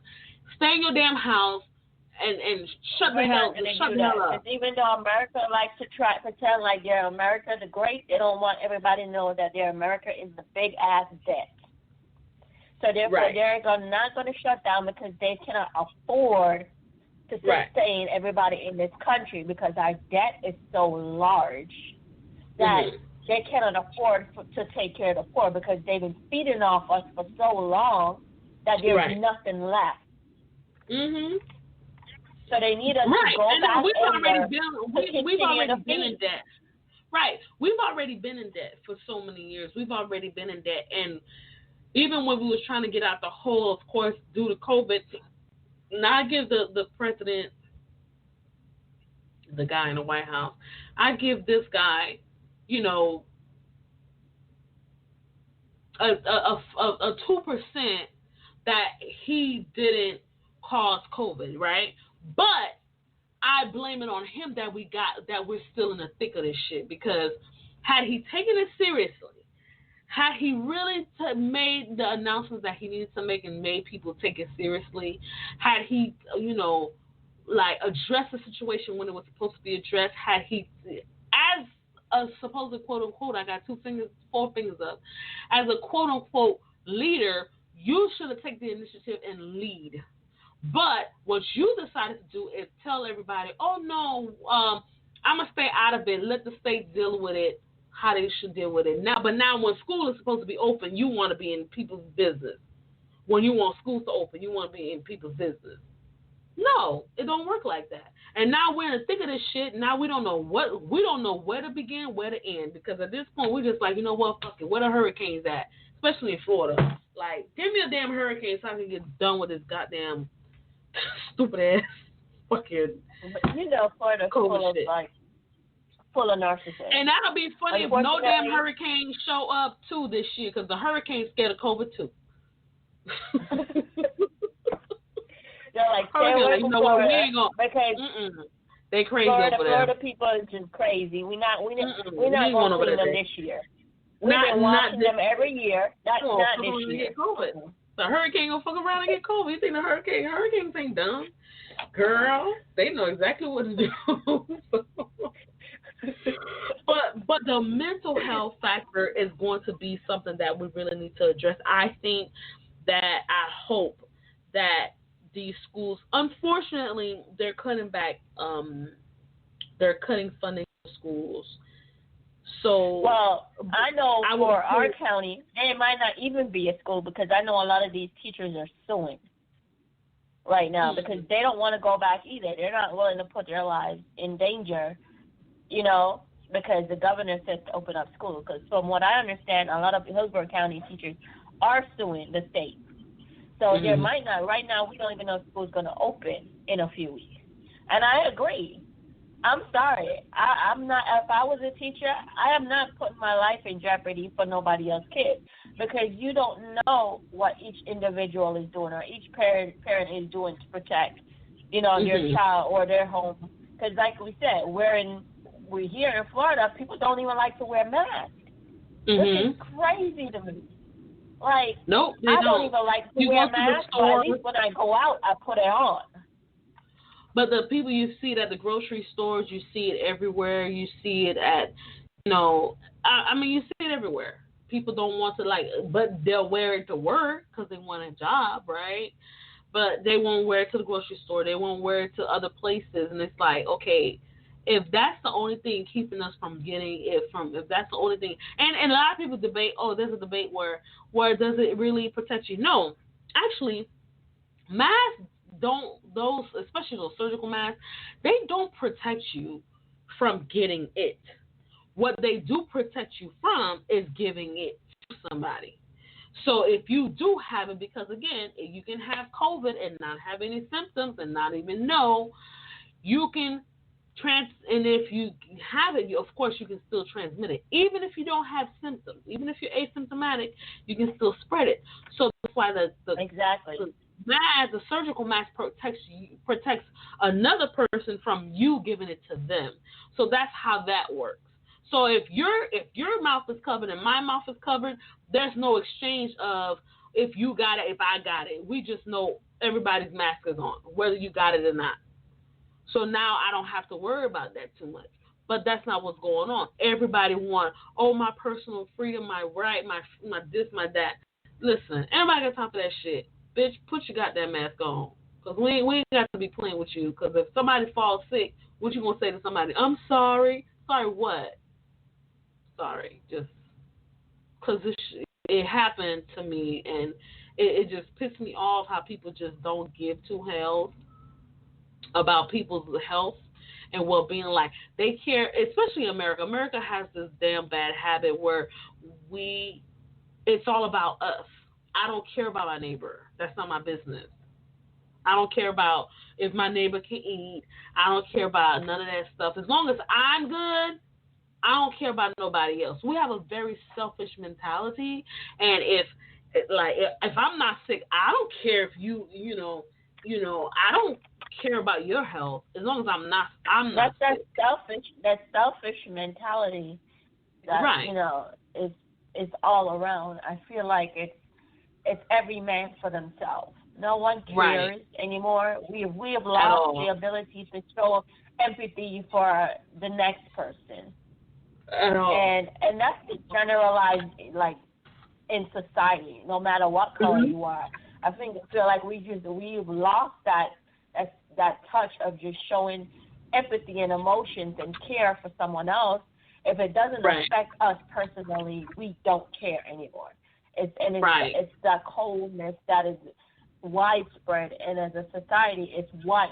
This is why we're going through the things we're going through. The why the virus is spreading is because we don't care, and we have lost touch of our own humanity.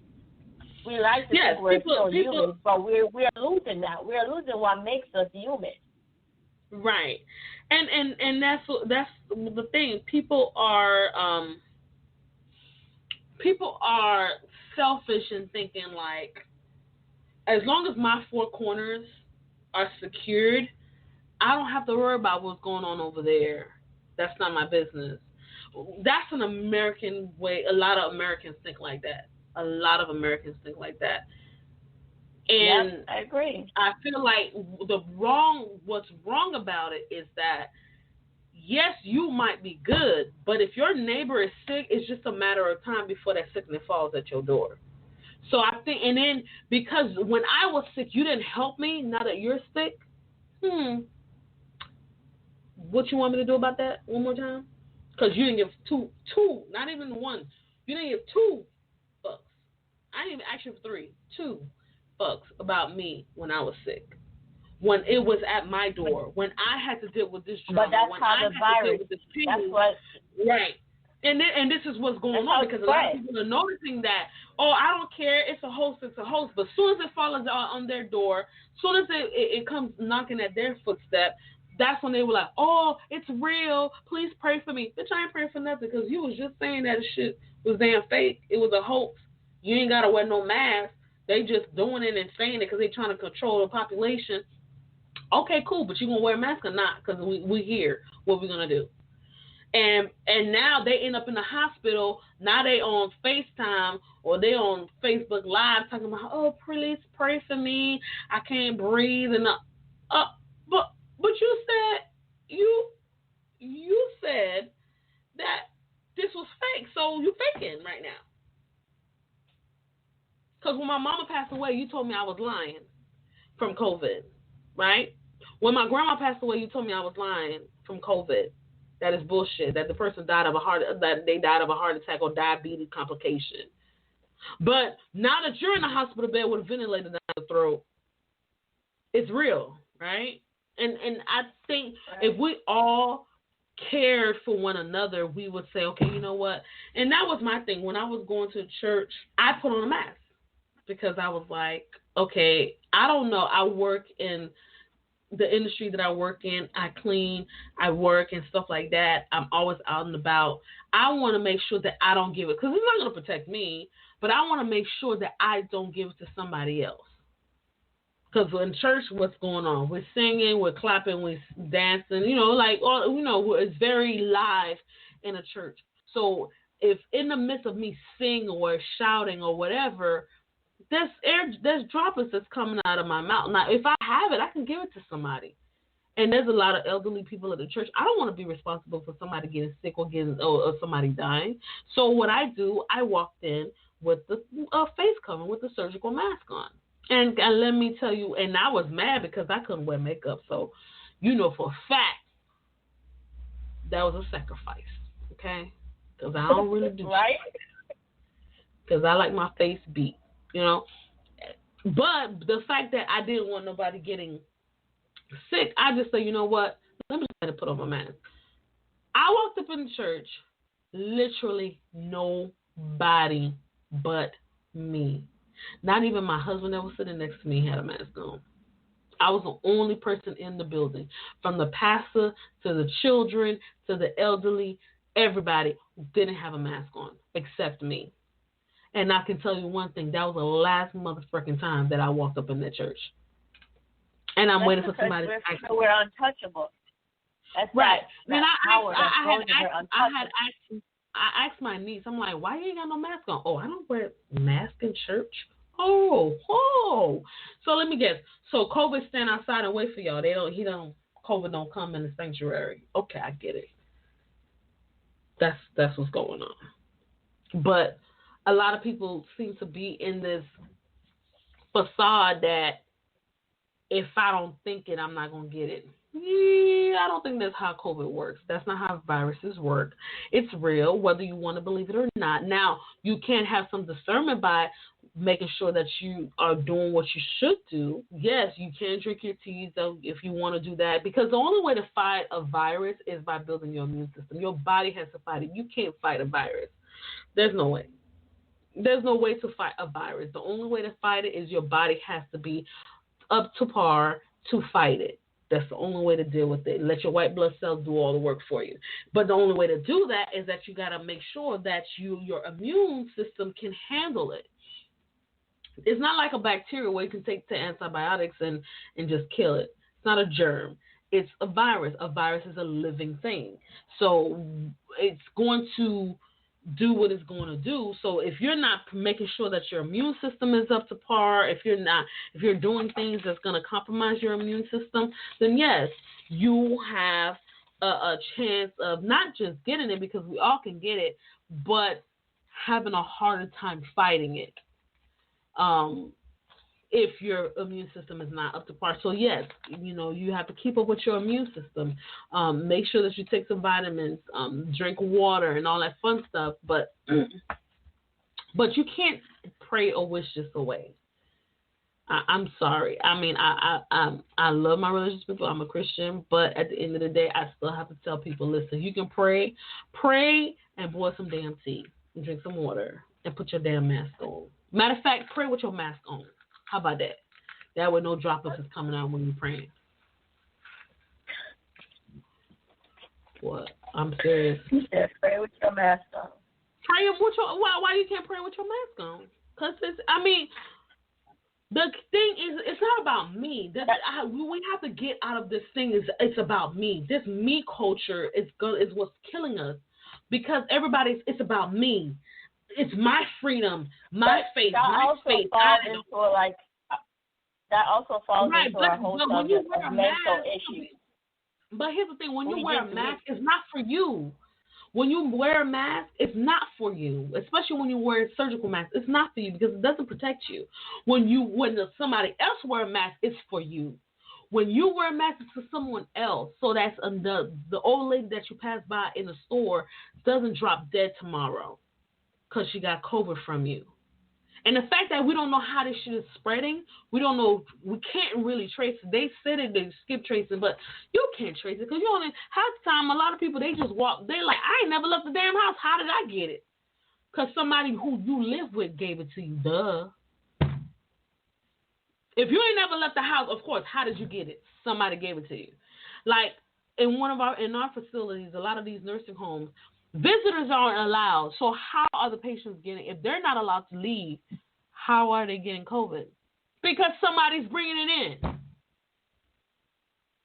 in. Who's in and out? The employees, the staff. So we just really need to be mindful that it's not about us.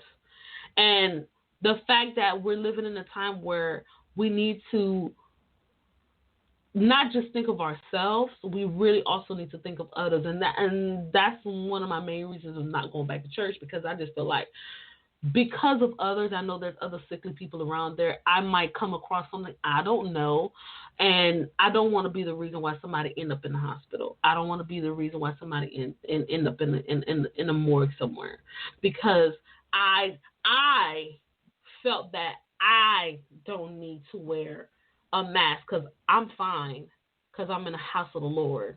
The bullshit. But anyways, that's my gist. We definitely need to make sure that we take time out and digress from this whole situation.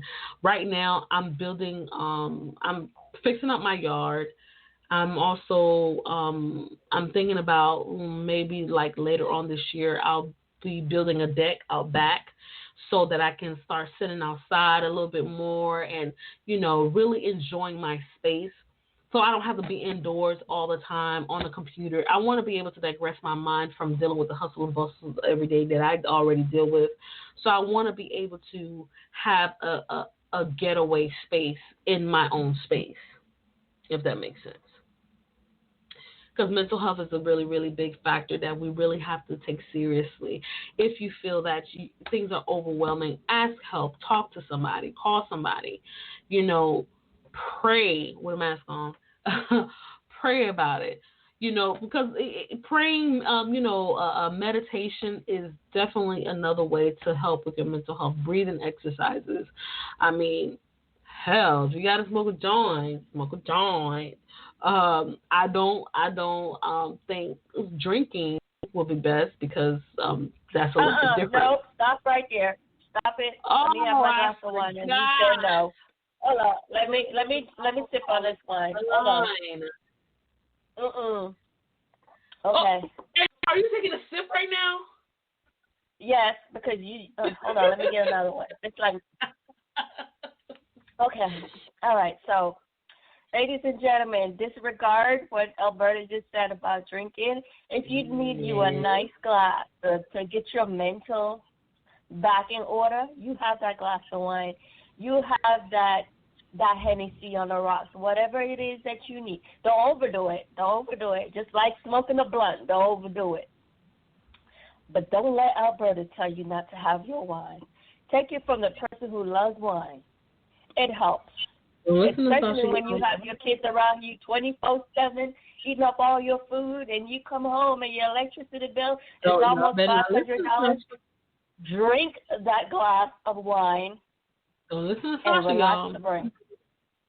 Listen to me. Just listen to me for a second. Have a glass of wine or juice. Listen to her. And if you need 3, take it. She gonna get you. Don't do it every day like me, though. Don't do it every day like me. Oh, okay. That's that every part. Other day. Every other day. Right. No, but listen, it's definitely something that you have to find a way to deal with, because if you hold it all in, that's when it becomes very, very detrimental, and you can hurt yourself and hurt other people. You really have to find a way to release the stress, release the anxiety of dealing with life right now. Life right now is hard. Like just the other day I was driving, and like matter of fact, yesterday I'm driving and not thinking of anything, and I just had heart palpitations, and I'm like, I don't know what the hell's going on with my anxiety, but guess what? I'm definitely gonna get some 5-HTP and finna finish this rest of this blunt. Matter of fact, I'm touching it right now so I can make sure I get it. We definitely need to make sure that we take care of our mental health. That's what's really most important, and that's what I really wanted to discuss today. But we're coming down to the last 2 minutes of the show. Sasha, anything you want to say? Now, before you say something, Sasha, let me just remind everybody, we're going to, the shows are going to be back now on Tuesdays and Thursdays from 8 to 10 p.m. Well, we're going to start at 8. It's not always going to be ending at 10, but we're going to be starting Tuesday, Thursday, starting at 8 p.m. Make sure to come back, listen to the show, share the show, let everybody know about the show or whatever, blah, blah, blah. And we'll take it from there. Anything else you want to say? I just want to say, I definitely think that our conversation today is important. We all have issues that we're dealing with. Not just like with COVID and all that stuff, just normal everyday issues. It's important that we find someone we can talk to. It's express yourself. Use your words. Don't hold all that, things that you're going through inside. You have to be able to find someone you can talk to, whether it be a friend, professional help. Don't keep it bottled up, because what happens is when you keep that emotion and those feelings bottled up, it overspills. And for me, I'm not big on talking to people. I'm a very proud person, but I feel like if I'm upset or something is too much, I cry. And it's okay to be vulnerable and weak and break down. It's a process that your body has to go through to recover. So if you have to cry. If you have to shout. Anything to get you that moment of peace. And like Alberta said, find tranquility in where you are. Find yourself a place where you can take your mind off everything. Like for me, I decked out my patio. My patio is like Woodstock right now, and all I do is get my bottle and I sit out there and I play my music, and I pretend like I'm just at a great party. Sasha, let me stop you right there because we're about like 20 seconds left, but we can finish this discussion the next time because I want to play the outro. But everybody, make sure that you take care of yourself. All right. Thank you so much for spending time with us. This is Diva Chatz. Good night. That's all for this episode of Diva Chats with QP and Sasha B. Again, be sure to share, like, subscribe, and follow us on all common social media platforms. And visit our website at divachats.life to stay abreast of any updates. Thank you again for your support.